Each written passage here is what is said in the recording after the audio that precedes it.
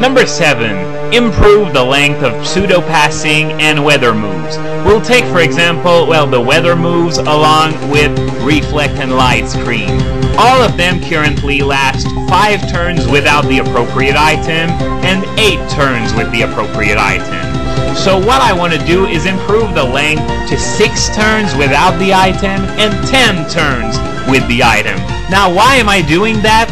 Well, because, to be honest, we're all sick of sandstorm and hail, so I'd like for rain and sun to be viable strategies instead of just being novelty. Increasing the length might not be the entire answer, but at least it would go part of the way. And as for Reflect and Light Screen, they're 2 of the most viable defensive tactics, and there aren't very many of them, so we might as well make them better in order to make the game maybe a little less offensive than it is now. And as for Trick Room and Tailwind, I would increase their respective durations by 1 turn. Now Tailwind already doesn't last very long, but at the same time the speed boost that it provides can be sort of broken at times, so baby steps is the way to go in my opinion when it comes to that kind of move.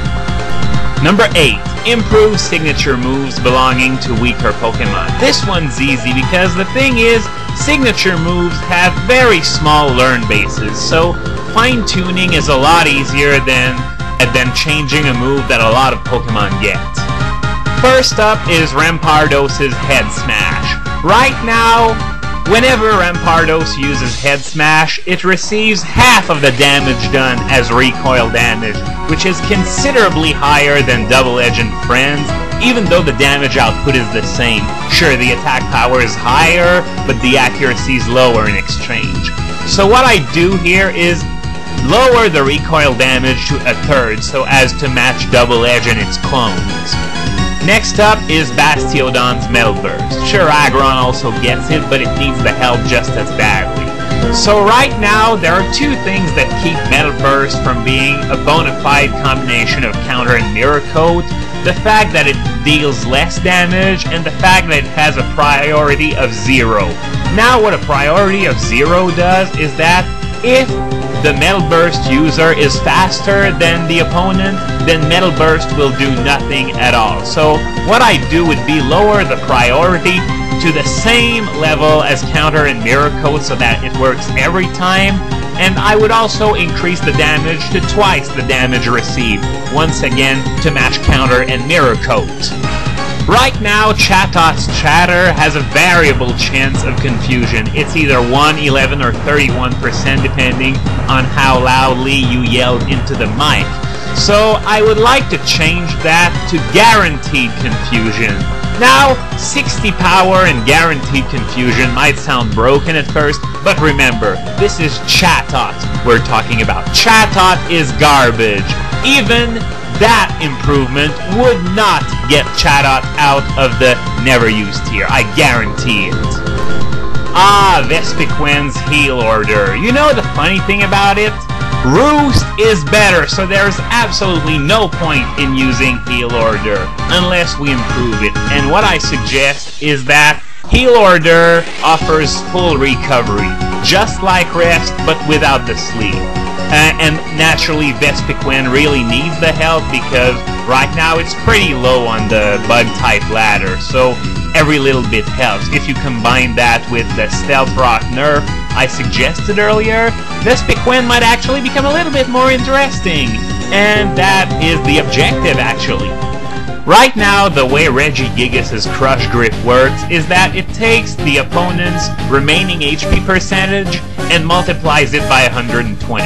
What that means, in essence, is that Crush Grip will never have a higher power than 120, which is just barely higher than that of Return, so it's hopelessly pointless. So I am going to increase the multiplier to 150 in order to have it match Eruption and Water Spout, except it takes the opponent's HP percentage instead of your own.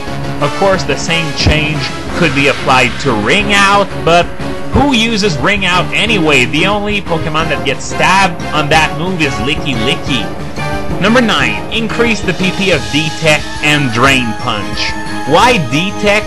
Well, Protect is universal. Everything gets hit. But there are a few privileged Pokémon that also get Detect. Now both are identical. But the kicker is that the universal move has more PP than the one that only a few Pokémon get. So the logical thing to do would be to triple Detect's PP to 15. Mystery Dungeon actually did that. Protect had 10 PP, Detect had 12. Makes perfect sense. So why not do that in the main games? And as for Drain Punch, its PP is 5, whereas that of Giga Drain, its grass counterpart, is 10. Now Giga Drain's PP was 5 last generation. So what I think happened is that they designed Drain Punch before taking the decision to improve Giga Drain's PP, and they simply forgot to bring Drain Punch along for the ride. So the next generation would be a perfect opportunity to do that.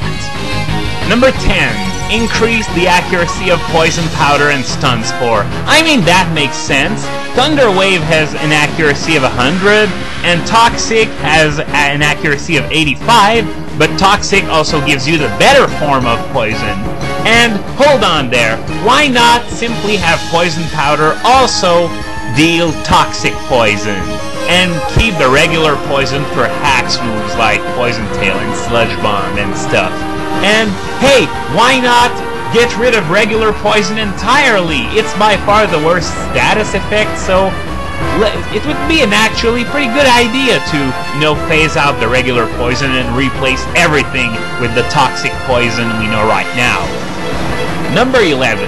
Make Submission into a fighting type double edge. I mean, right now, Submission is garbage. It's got only 80 power, which is the same as Strength for the record. Except it's also got 80 accuracy, and on top of that, we're expected to take recoil from that piece of garbage. So what I would do naturally is increase the power to 120 and increase the accuracy to 100. Of course, the PP would have to be lowered in order to match double edge, but then the brakes, at least it might be useful that way. Number 12. Add a synergy between static and discharge. I mean, it makes sense, right? So what I do is increase the damage by 50% to increase the effective power to 120. So you'd get a move with the power of Thunder, the accuracy of Thunderbolt, and the paralysis chance of Discharge. You get the best of the three worlds.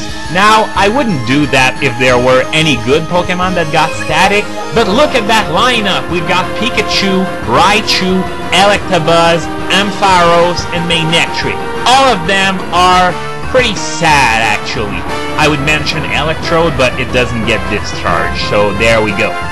Now the reason I mention Electabuzz, even though it's not a final form, is because, well, look at the other four.